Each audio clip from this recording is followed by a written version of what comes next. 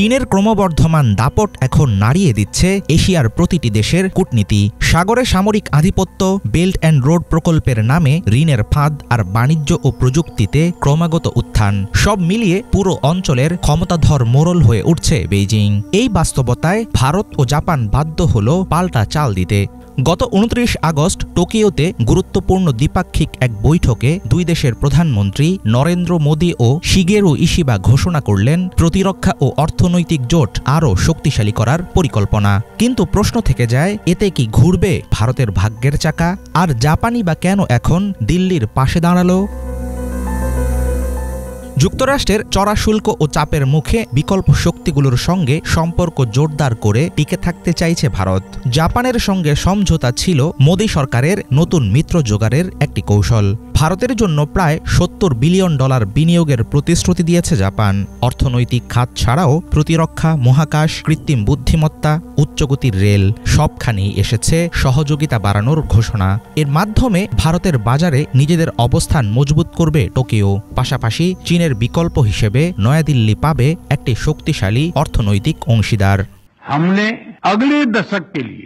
আমরা আগামী 10 বছরের জন্য একটি রোডম্যাপ তৈরি করেছি। এর মধ্যে রয়েছে বিনিয়োগ, উদ্ভাবন, অর্থনৈতিক নিরাপত্তা, পরিবেশ প্রযুক্তি, স্বাস্থ্য, জনগণের আন্তঃসম্পর্ক এবং নানা রকম পার্টনারশিপ। জাপানের কাছ থেকে আমরা ভারতে 10 ট্রিলিয়ন ইয়েন বিনিয়োগের লক্ষ্যমাত্রা ঠিক করেছি। ভারত ও জাপান আগামী 5 বছরে বিভিন্ন অঞ্চল থেকে 5 লাখ জনশক্তি আদান প্রদান করবে।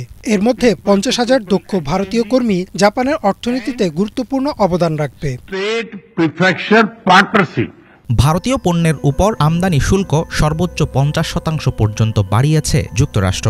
এমন পরিস্থিতিতে মার্কিন প্রশাসন এখন আর ভারতের নির্ভরযোগ্য ভরসার জায়গা নয়, বরং নয়াদিল্লির জন্য জাপানের মতো এশীয় অর্থনৈতিক মিত্র এখন জরুরি হয়ে উঠেছে। অন্যদিকে চীনের আঞ্চলিক আধিপত্য এককভাবে ঠেকাতে পারবে না জাপান। দেশটি চায় ভারতের বাজার, জনসংখ্যা ও সামরিক শক্তি ব্যবহার করে একটি ভারসাম্য তৈরি করতে। ইশিবা ও মোদির বৈঠকে তাই বিনিয়োগ ছাড়াও অগ্রাধিকার দেওয়া হয়েছে প্রতিরক্ষা সহযোগিতাকে। ভারত ও জাপান একটি স্বাধীন, উন্মুক্ত এবং নিয়মের মধ্যে পরিচালিত ইন্দো প্যাসিফিক ধারণার প্রতি সম্পূর্ণ প্রতিশ্রুতিবদ্ধ। সন্ত্রাসবাদ ও সাইবার নিরাপত্তা নিয়ে একই ধরনের উদ্বেগ আমাদের রয়েছে। প্রতিরক্ষা ও সামুদ্রিক নিরাপত্তায়ও আমাদের স্বার্থ অভিন্ন। প্রতিরক্ষা ও উদ্ভাবনে পারস্পরিক অংশীদারিত্ব আরও শক্তিশালী করার সিদ্ধান্ত নিয়েছি আমরা। সাম্প্রতিক জাপান সফরে ভারত যেসব প্রতিশ্রুতি পেয়েছে তা দিল্লির জন্য কিছুটা স্বস্তিকর হলেও দীর্ঘমেয়াদে পরিস্থিতি ততটা সহজ হবে না। টোকিওর পর মোদি যাচ্ছেন চীন সফরে। 7 বছর পর প্রথমবারের মতো সাংহাই কোঅপারেশন অর্গানাইজেশনের সম্মেলনে যোগ দেবেন তিনি।